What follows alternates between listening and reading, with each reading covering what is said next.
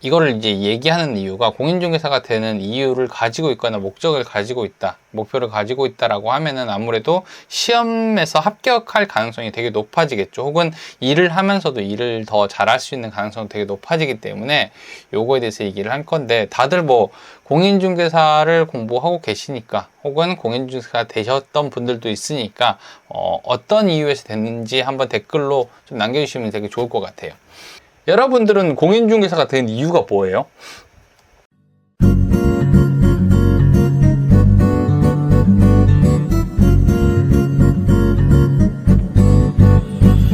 그래서 제가 왜 공인중개사가 된 이유에 대해서 먼저 좀 얘기를 한번 해볼게요. 나는 왜 공인중개사가 됐을까? 요거부터 좀 얘기를 했는데, 사실 제가 공인중개사가 된 이유가 있다라고 하면은 보통 부동산에 대한 관심이 되게 많이 있잖아요. 그래서 공인중개사가 되고 싶은 이유가 있을 거예요.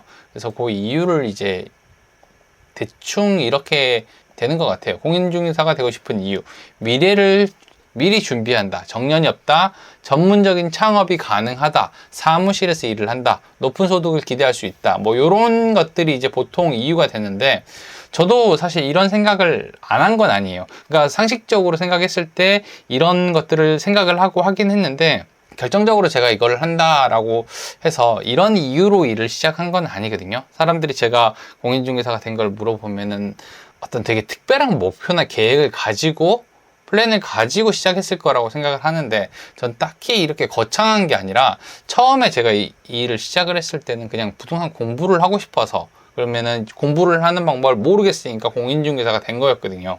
이게 제일 큰 이유였어요.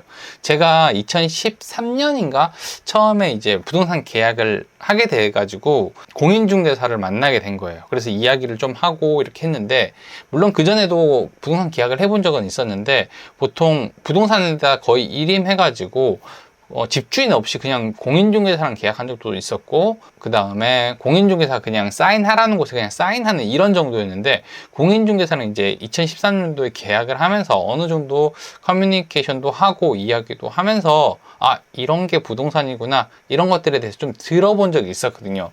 그러니까 제가 그때 들었던 생각이 오고였어요. 아, 근데 부동산에 대해서 좀 알아야겠구나, 내가 이때까지 했던 계약이라든지 이런 것들이 되게 위험할 수도 있는 부분이구나 라고 생각이 들어가지고 부동산에 대한 공부를 시작하고 싶어가지고 한 게 이제 공인중개사 시험이었던 것 같아요. 할 줄 아는 방법이 없으니까 공인중개사 시험을 한 건데, 공부를 할수록 이게 되게 무서워졌던 게 뭐냐면, 제가 전에 했던 계약이라든지 이런 것들이 너무 모르고 했기 때문에 전세 사기라든지 아니면은 뭐 보증금을 떼일 수 있는 여러 가지 이유가 있더라고요. 그래서 전 너무 좀 무서웠었는데, 저도 그때 당시에는 그렇게 생각을 했어요. 공인중개사한테 맡겨가지고 계약을 하는 게 너무 당연한 거 아니야? 당연한 거지 라고 생각을 하고 있었는데, 공부를 하면서 이제 느꼈던 게 너무 무서웠던 거죠. 그리고 공부를 하니까 제일 힘들었던 게 그거였어요. 공부하는데 어떻게 이렇게 어렵지? 이 생각이 되게 많이 들더라고요. 너무 어려운 거예요. 처음에 저는 이제 아줌마랑 아저씨들이 그냥 보는 시험, 그냥 뭐 나중에 필요하니까 하나씩 보는 시험이라 생각을 해서 자신감 있게 봤는데, 제가 처음에 공부를 하니까 거의 한 20점 정도 나오더라고요. 첫 해 시험 공부 하나도 안 하고 들어갔다라고 해도 시험을 봤는데 20점 받았단 말이에요. 그러니까 너무 이렇게 낮은 점수 나오니까 저는 그냥 포기하고 있었거든요. 포기하고 이제 어쩔 수 없지 하고 있는데, 너무 놀리는 거예요. 아내가 너 공인중개사 시험 공부한다며 딴다며 하면서 너무 놀리는 거예요. 그래갖고 화가 나서 두 번째 또 시험을 본 거거든요. 두 번째 시험을 봤는데 그때도 떨어졌어요. 그때도 20점인가 30점인가 나왔던 것 같아요. 이게 일을 하고 있으니까 어떻게 보면 굳이 시간을 내서 공부를 하지 않으면 공부가 안 되더라고요. 그래서 공부 안 하고 그냥 시험 봤는데, 그때도 너무 놀리는 거예요. 진짜 너무 많이 놀려가지고 화가 나가지고 공부를 또 한 거예요, 제가. 그때 이제 세 번째 됐을 때, 세 번째 시험 보러 갈 때 이제 100일 남기고 제가 배수진을 친 거죠. 야, 더 이상은 안 되겠다, 나 이번에 합격해야겠다, 무조건 합격해야겠다라고 해가지고 그때까지 공부를 한 번도 안 했었거든요. 거의 안 했어요.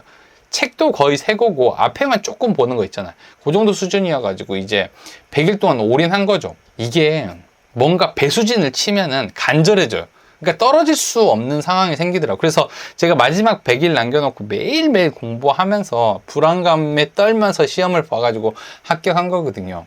제가 이때 진짜 많이 생각했던 게 이 시험에 대한 증오심이 되게 컸어요. 그래서 아까 전에 저한테 물어보셨잖아요. 완전 이게 어렵다. 2차 더 이상 시험 보기 싫다 했는데 저도 이해가 되는 게 공부하는 게 제일 힘들었거든요. 저는 제일 힘들었어요.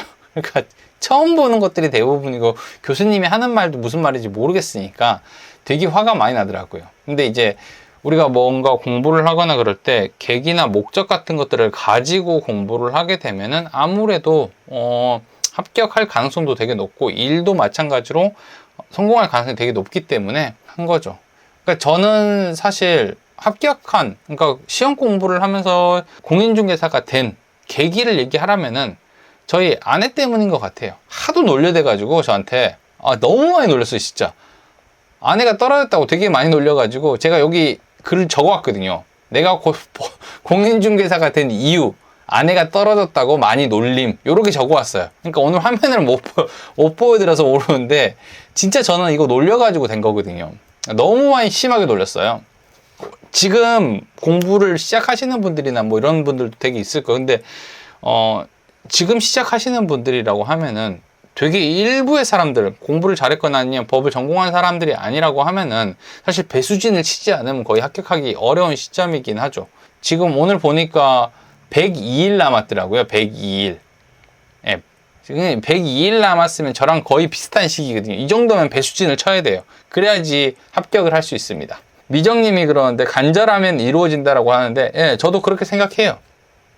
지금 이거는 간절해야 돼요. 102일 남았는데. 여러분들은 공인중개사가 된 이유가 뭐예요?